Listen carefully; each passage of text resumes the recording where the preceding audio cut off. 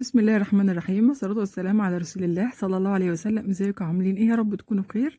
النهارده هنعمل مع بعض التورتتين القمر دول، تورته مقاس 24 وتورته مقاس 22. شايفين ما شاء الله جميل جدا ومن ازاي. نص كيلو دقيق سبونج جاهز. بس هنطلع التورتتين دول. يا رب الطريقه تعجبكم، وما تنسوش بقى اللايك وتشتركوا في القناه وتفعلوا الجرس عشان يوصل لكم اي فيديو جديد انزله ان شاء الله. وقبل ما نبدا وصفتنا بقى، نصلي ونسلم على رسول الله صلى الله عليه وسلم. اللهم صل وسلم وبارك عليه. هنحط كده 6 بيضات في العجان.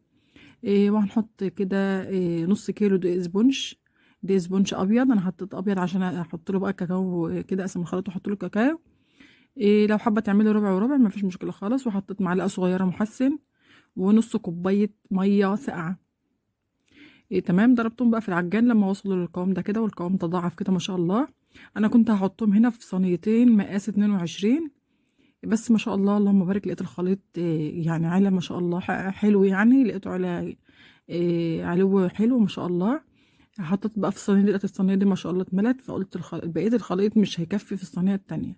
فبعد ما حطيتها حطيت فيها ورقه الزبده، شلتها بقى تاني وجبت الحله اللي هي مقاس 24 اللي انا ببقى اعمل فيها التورت اللي هي العاليه. حطيت فيها بقيه الخليط، وحطيت بقى معلقه كاكاو كده في النص التاني ده، وهقلبه بقى كويس قوي لما الكاكاو يختفي كده. وحطيت في الحله مقاس 24 او صينيه بقى عندك مقاس 24، تحط فيها ورقه زبده وتحط فيها بقيه الخليط وتفرديه بالشكل ده كده.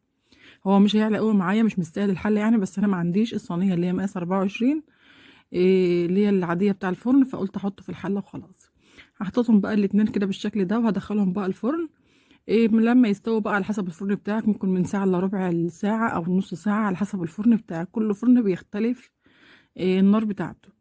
تمام. طلعتهم بقى وحطيتهم في فوطه نضيفه كده لما بردوا خالص، عشان يبقى طريين كده. وبعدين بقى قلبتهم وشلت ورقة الزبدة وطلعوا وطلعت بالشكل ده كده. هشيل بقى اقشر الوش واقشر ظهر الكيك بالشكل ده كده. لو مش حابة تقشريه عادي مفيش مشكلة، بس انا حبيت اقشره عشان ما يبقاش لونه غامق شوية. وهقشر برضو الوش بتاعه بالشكل ده كده. شايفين ما شاء الله اللهم بارك، النص كيلو دي اسبونج طلع معانا الكيكتين دول ما شاء الله. ظبطت بقى المنشار على رقم 9، وهقطعها 3 طبقات بالشكل ده كده. شايفين اللهم بارك الكيك طري واسفنج ازاي. الطريقه دي تحفه بجد. تحط له الميه الساقعه على الاسبونج هتلاقيه جميل جدا ان شاء الله معاكي. ومعلقه معلقه المحسن برضو بتظبط معاكي قوام الاسبونج. هنا بقى ده الحله مقاس 14، قلبتها برضو كده وهشيل برضو هقشر برضو الكيك بالشكل ده كده. هتطلع برضو معايا 3 طبقات على رقم 9، بس هتبقى طبقة بس منهم رفيعة شوية، بس مفيش مشكلة خالص. طلعت معايا تورتة ما شاء الله اللهم بارك. التورتتين طلعوا أحلى من بعض. وهقشر برضو الوش بالشكل ده كده. نظبط برضو المنشار كده ونقطعهم ال3 طبقات بالشكل ده. شايفين الاسبونج ما شاء الله من جوه يعني طري وجميل ازاي.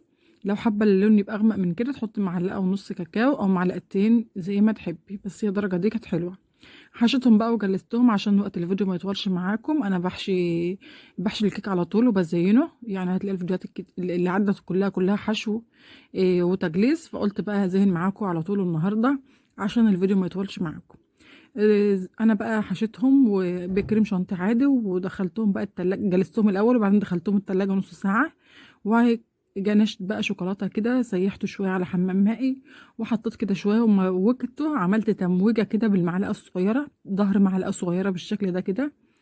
انا كنت الاول بس حاطه شويه دول عم اظبط بس ايدي كده، وبعدين بقى هعمل دريبات بالمعلقه. ما حطيتش بقى الجناش في كيس حلواني ولا حاجه.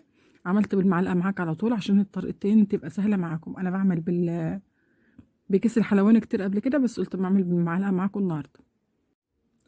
عملت برضو التورته التانية، هعملها نفس الشكل برضو بالجناش، بس هغير بقى في التزيين النهائي. حطيت برضو كده شويه جناش كده حلوين على سطح الكيك من فوق، وهفردهم برضو بالمعلقه. حاولي على قد ما تقدري ان التورته تكون ساقعه ما تكونش سايحه، عشان الجناش ما يسيحش الكريمه. تمام. انا هعمل بس على اخر التورته، يعني المكان اللي هعمل فيه ريزوتات الورد، الريزوتات اللي هي بالكريمه مش هحط فيها جناش. تمام. انا هسيب مكان للريزوتات زي ما انتم شايفين معايا كده. موجت برضو التورته بالشكل ده كده. الجناش عشان كان لسه معمول طازه فكان خفيف شويه، هو كل ما بيطول معاكي بيتقل. موجت بقى الشكل ده كده، وعملت برضو الدريبات بالمعلقه زي ما عملت التورته الاولانيه. وشايفين بقى المكان اللي انا سبته هعمل فيه الوردات بالشكل ده كده. هعمل بقى الوردات كده يعني ايه شكل نايم كده، يعني يبقى شكل جديد شويه ومختلف. انا بعمل معاكم اشكال كتير للوردات الكريمه، فقلت المره دي اعملها بالشكل ده، شكلها جميل جدا ما شاء الله.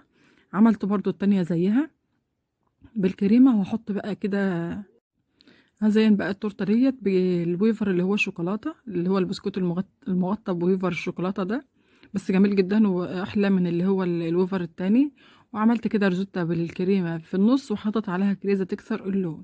هعمل بقى كده خطوط بمربى، لا باسمه ايه ده، بالنوتيلا سيحتها كده بمعلقتين زيت، وعملت خطوط بالنوتيلا البيضة بس يدي منظر احلى. إيه لو عملت إيه بالجناش الشكل مش هيبقى حلو، لازم نعمل درجة كده كده افتح تكسر اللون. تمام. إيه خلصتها بقى وسبتها كده على جنب، وهزين ديت كتبت عليها بيبرز داي. إيه حط بقى كده كتبت عليها برضو بالنوتيلا، والنوتيلا البيضة لو حابة تكتبي بالكريمة مفيش مشكلة خالص. إيه الشوكولاتات بقى، اي شوكولاتات موجوده عندك هتزيني بيها بقى بالشكل ده كده. انا حطيت كده شوكولاته قسمتها اتنين وحطيتها. وده بسكوت اوريو برضو بس بلمعه بالضغط، يعني حاطه الضغط جنبي وبلمعه. وبرضو ده بقى شوكولاته عاملاها في ورقه صفير، إيه بلمعها برضو تكسر يعني تكسر برضو اللون معايا شويه.